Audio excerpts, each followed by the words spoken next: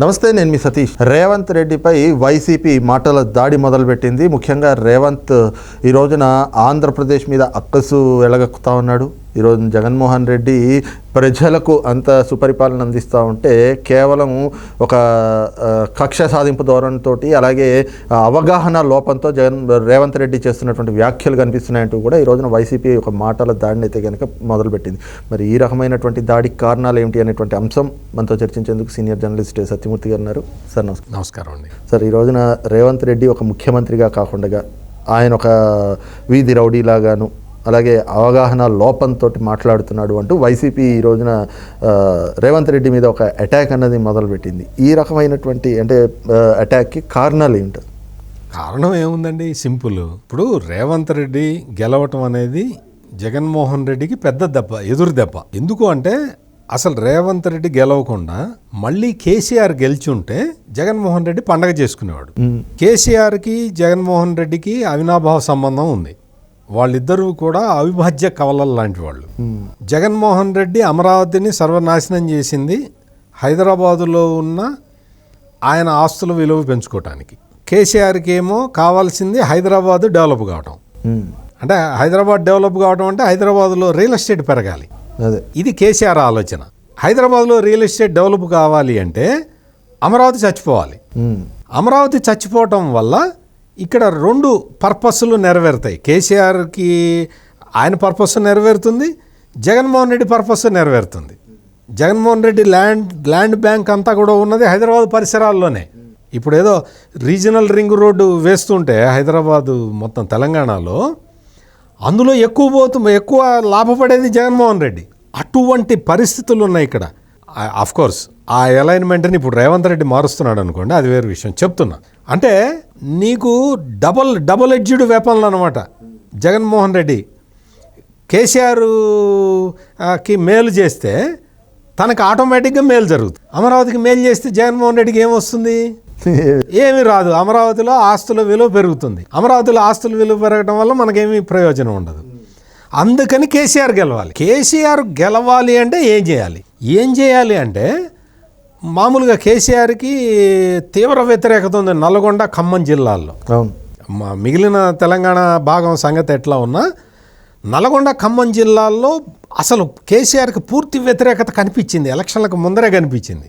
దాంతో జగన్మోహన్ రెడ్డి ఏం చేశాడంటే కేసీఆర్ని ఎట్టన్నా కాపాడాలి అని నాగార్జున సాగర్ డ్యామ్ దగ్గరికి పోలీసులను పంపించి నాగార్జున సాగర్ 16వ గేటు వరకు మాది అని చెప్పి ముళ్ళకంచెలేసాడు. ముళ్ళకంచెలేసిన తర్వాత ఇక్కడ కేసీఆర్ అంటే కంపెనీ గొడవ మొదలు పెట్టేసింది.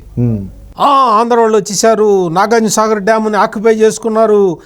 కేసీఆర్ అన్న ఉంటేనే నాగార్జున సాగర్ డ్యామ్ని కాపాడగలుగుతాడు, లేకపోతే చూడు ఆంధ్ర వాళ్ళు వచ్చారు. ప్లాన్ చేసిందే వీళ్ళు. మొత్తం ప్లాన్ చేయటం వీళ్ళే, చేయటం వాళ్ళే.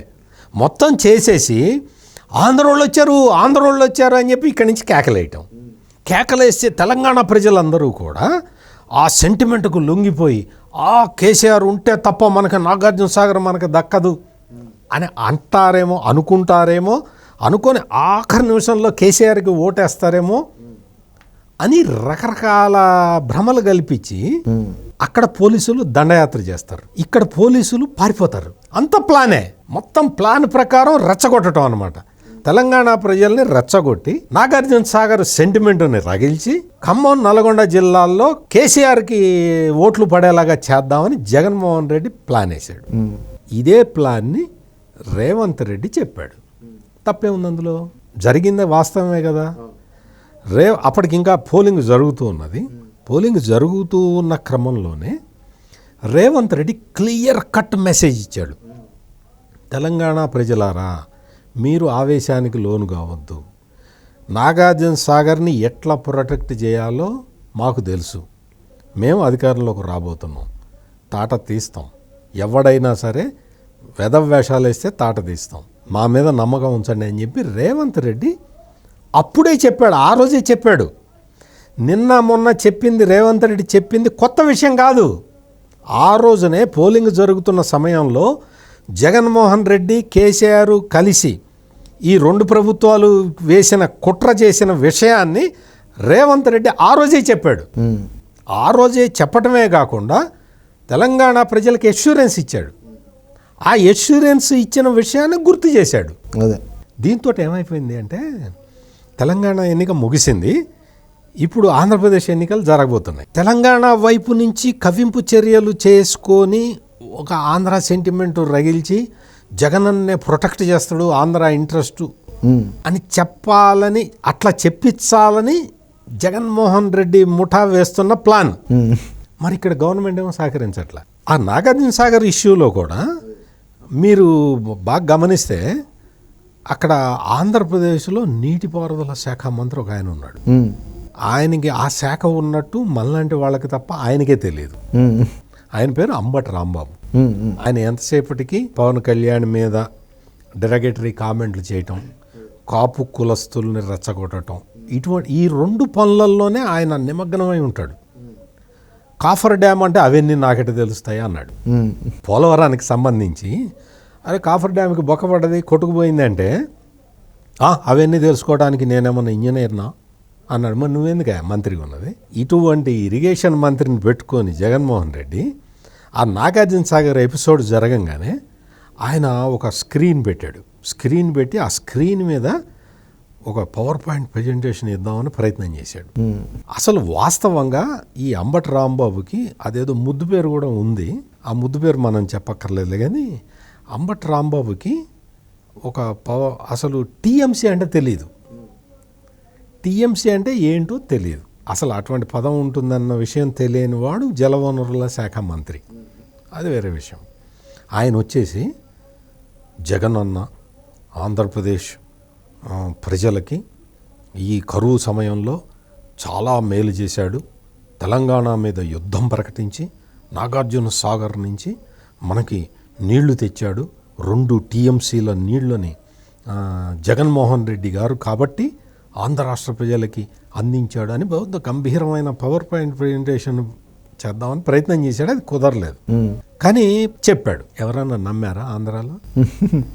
చేసిందంతా చేసి తప్పుడు పనులన్నీ చేసి ఇరిగేషన్ శాఖని ఎట వాడుకోవాలో తెలియక, కేంద్ర ప్రభుత్వంతో పోరాడలేక, ఆంధ్రప్రదేశ్ హక్కుల్ని కాపాడలేక తెలంగాణ ప్రభుత్వానికి సరెండర్ అయిపోయి కేసీఆర్ ఇచ్చిన ప్లాన్ని నువ్వు అమలు చేసి తద్వారా ఆంధ్రప్రదేశ్ రాష్ట్ర రైతాంగానికి మొత్తానికి అన్యాయం చేసి కృష్ణా పరివాహక ప్రాంతంలో, గోదావరి నదీ ప్రాంతంలో ఈ మొత్తం వీటన్నిటికీ కూడా తీరం నష్టం చేసి నాగార్జున సాగరు ఆయకట్టు చివరి భూములకి నీళ్లు అందకుండా చేసి ఇటువంటి దుష్క్రియలు చాలా చేసి ఇప్పుడు వచ్చి తెలంగాణ ముఖ్యమంత్రిని తిడితే నీ సెంటిమెంట్ వర్కౌట్ అయిపోతుందా? ఇది ఎట్టి పరిస్థితుల్లో ఇక్కడ తెలంగాణ ప్రజలకి అర్థమైపోయింది, అక్కడ ఆంధ్ర ప్రజలకు కూడా అర్థమైపోయింది. కేసీఆర్ జగన్మోహన్ రెడ్డి కలిసి ఆడుతున్న డ్రామాలకి చెక్ పడబోతున్నది. తెలంగాణలో చెక్ పడిపోయింది, ఆంధ్రాలో చెక్ పడబోతున్నది. ఈ విషయం మొత్తం క్లియర్గా అర్థమైపోయి వైసీపీ ఈ సోషల్ మీడియా సైన్యం ఈ మొత్తం రేవంత్ రెడ్డి మీద దాడి చేస్తున్నారు. సార్, అదే సమయంలో చూస్తే ముఖ్యంగా ఏదైతే దక్షిణ తెలంగాణకు సంబంధించి అక్కడున్న సాగునీటి వాటి ద్వారా ఏదైతే ఆంధ్ర రాష్ట్రానికి కూడా లింకప్ అయ్యిందో, ఇవన్నీ కూడా ఏ విధంగా కేసీఆర్ హయాంలో ఎంత నిర్లక్ష్యానికి గురైనాయి, అట్ ద సేమ్ టైము 2 రాష్ట్రాల మధ్యన కూడా నీటి వివాదానికి సంబంధించి లేదంటే పరిస్థితులకు సంబంధించి రేవంత్ రెడ్డి మాట్లాడినటువంటి మాటలు కూడా ఈ రోజున అవగాహన లోపంతో మాట్లాడుతున్నారు. అసలు ఆయన ముఖ్యమంత్రి స్థాయిగా కాకుండా వీధి రౌడీలాగా మాట్లాడుతున్నాడు అంటూ ఆ అంశాలని కూడా తీసుకురావటం, అసలు నీటిపారుదల శాఖ గురించి కానీ సాగునీటి ప్రాజెక్టుల గురించి కానీ రేవంత్కి ఏం తెలుసు, అవగాహన లేనట్టుగా మాట్లాడుతున్నాడు అంటూ ఒక ప్రచారాన్ని చేస్తున్నారు. దాన్ని ఎలా చూడాలంటే ఆ అంశంలో రేవంత్ చేసిన కామెంట్స్ కానీ దానిపైన వైసీపీ చేస్తున్న వ్యాఖ్యలు కానీ? వైసీపీ వాళ్ళకి తెలుసా మొత్తం వాళ్ళ భూభాగంలో వాళ్ళ ముఖ్యమంత్రి ప్రొటెక్ట్ చేస్తున్నాడా రైతుల ఇంట్రెస్ట్ని? చంద్రబాబు నాయుడు ఉన్నప్పుడు ఏదైనా చేస్తే పోతిరెడ్డిపాడు హెడ్ రెగ్యులేటర్కి సంబంధించి అటువంటి నిర్ణయాలు ఏదైనా తీసుకుంటే ఇక్కడున్న కేసీఆర్ అసలు విపరీతంగా అబ్జెక్షన్స్ రైజ్ చేసి కోర్టులో కేసులు వేసి అదేసి ఇదేసి కృష్ణా ట్రిబ్యునల్కి కంప్లైంట్లు చేసి ఆపేసి అసలు ఆఖరికి చంద్రబాబు నాయుడు పట్టిసీమ ప్రాజెక్టు పెట్టి పట్టిసీమ ద్వారా గోదావరి కృష్ణ లింక్ చేస్తే దాని మీద కూడా కేసీఆర్ కళ్ళల్లో నిప్పులు పోసుకున్నాడు. దీనికి ఏమి సంబంధం? పట్టిసీమకి వ్యతిరేకంగా మాట్లాడాడు. అసలు పట్టిసీమ కట్టడానికి వీల్లేదన్నాడు. పట్టిసీమ ద్వారా గోదావరి కృష్ణా నదుల అనుసంధానాన్ని చంద్రబాబు నాయుడు చేస్తే అక్కడ జగన్మోహన్ రెడ్డి ఏమన్నాడు?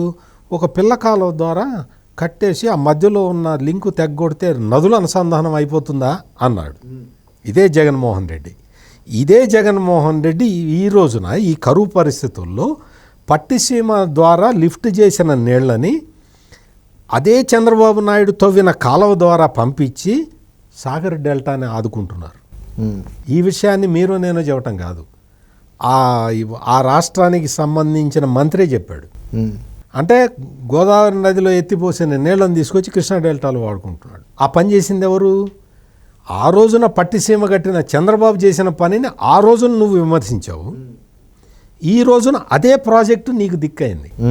అదే ప్రాజెక్టు మీద తెలంగాణలో అప్పుడు ముఖ్యమంత్రిగా ఉన్న కేసీఆర్ చాలా అసంబద్ధపు మాటలు ఆయన మాట్లాడాడు. ఈ విధమైన పరిస్థితులు వైసీపీ, ఇక్కడ బీఆర్ఎస్, ఈ రెండు పార్టీలు కలిసి చేసినాయి. కేసీఆర్ మరి ఇంత సహాయం చేశాడు కదా జగన్మోహన్ రెడ్డికి.